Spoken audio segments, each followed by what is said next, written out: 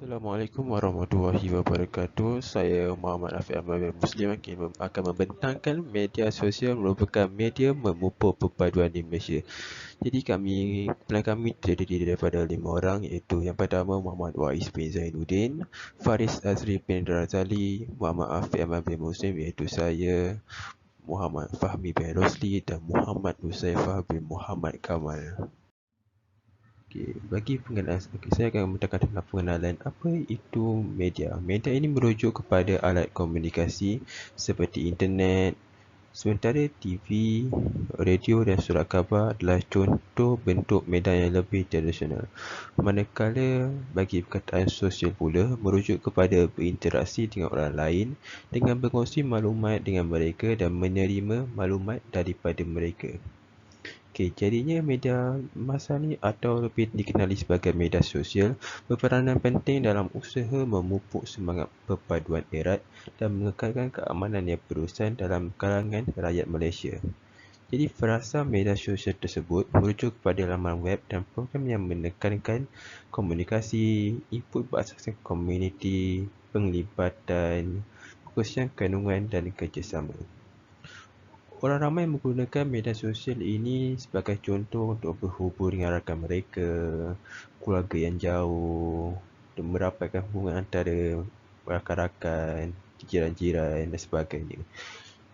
Jadi media sosial ini merupakan salah satu media untuk memupukkan perpaduan di Malaysia. Langkah-langkahnya, contohnya kita ada beberapa cara untuk memupuk perpaduan, salah satunya menggunakan platform media sosial seperti Twitter, Facebook dan Instagram.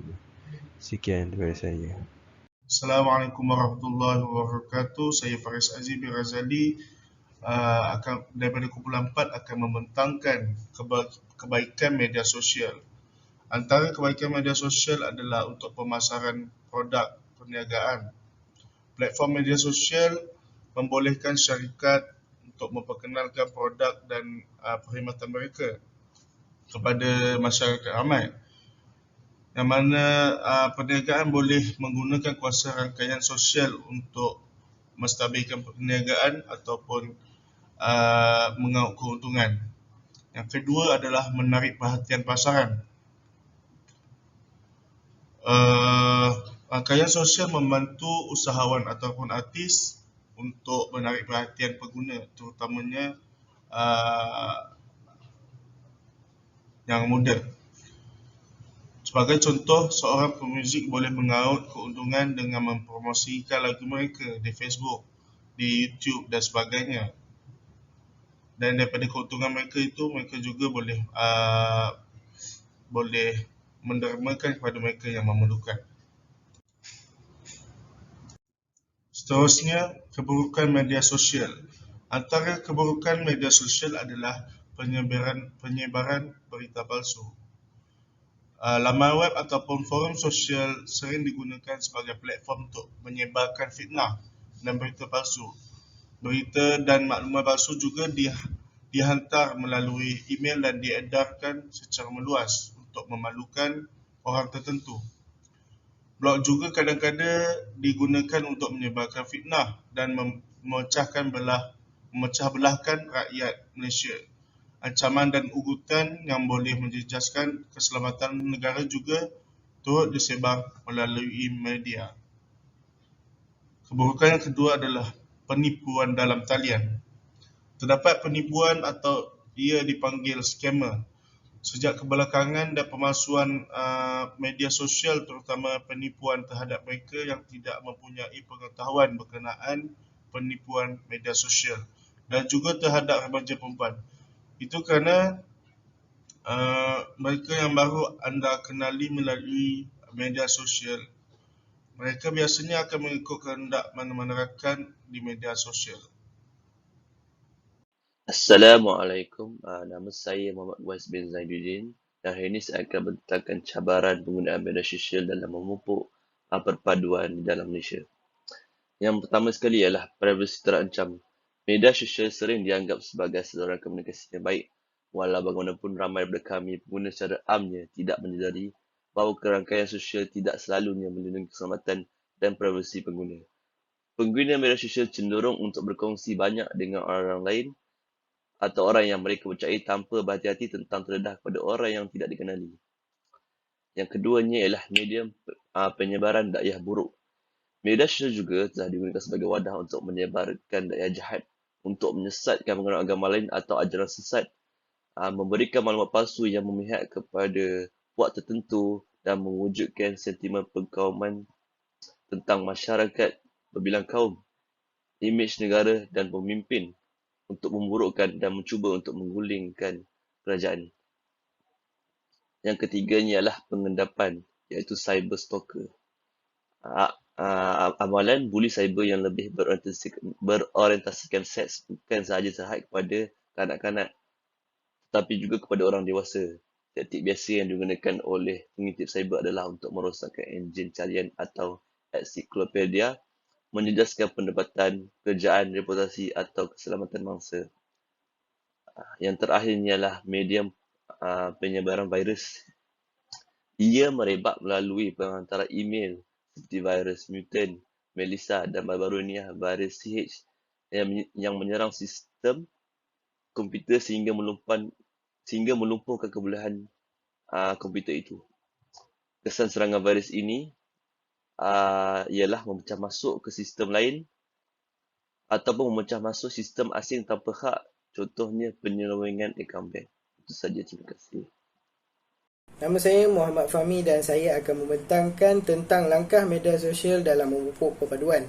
Langkah yang pertama ialah penyebaran program yang berkaitan dengan budaya yang berbeza, iaitu rangkaian sosial menjadi platform komuniti untuk memahami budaya kaum lain.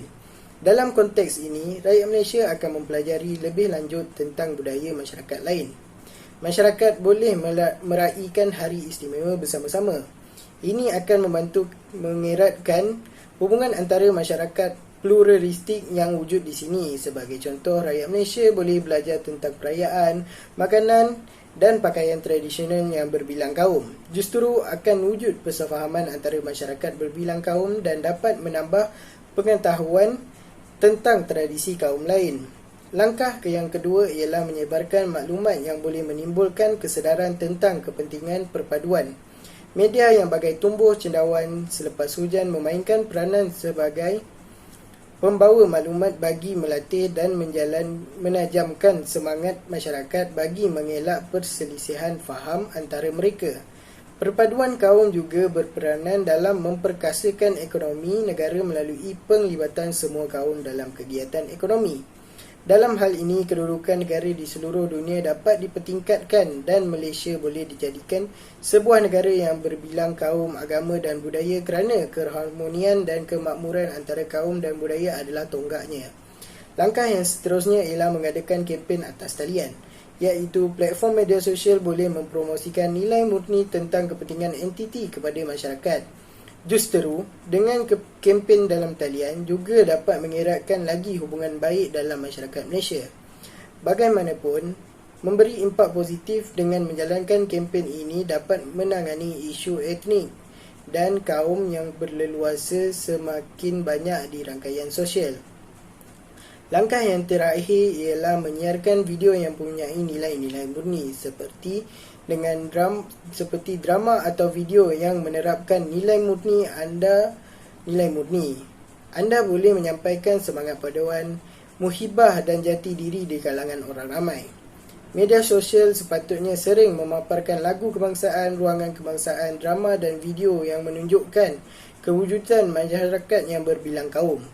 Video dan drama yang ditayangkan akan menyedarkan masyarakat bahawa perpaduan amat penting bagi menjamin keharmonian negara. Sekian, terima kasih. Assalamualaikum warahmatullahi wabarakatuh. Saya Muhammad Saifah dan saya akan membuat kesimpulan kepada tugasan kali ini.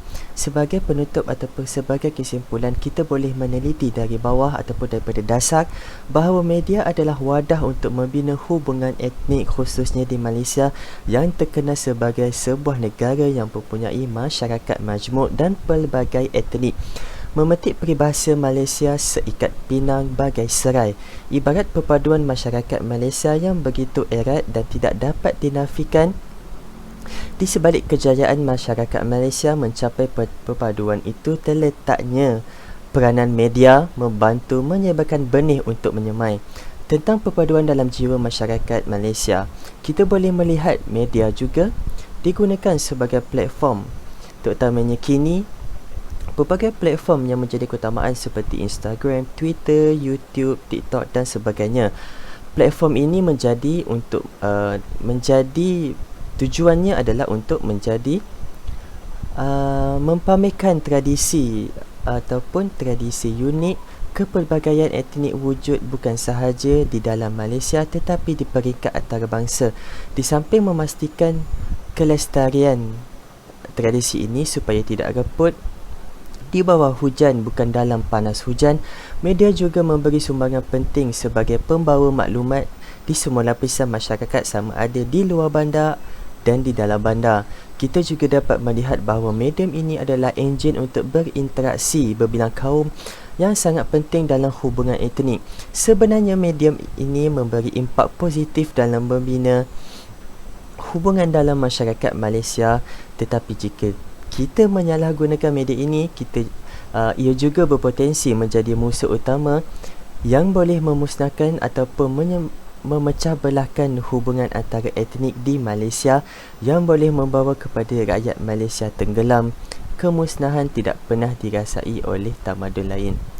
Sekian, wabillahi taufiq wa hidayah. Assalamualaikum warahmatullahi wabarakatuh.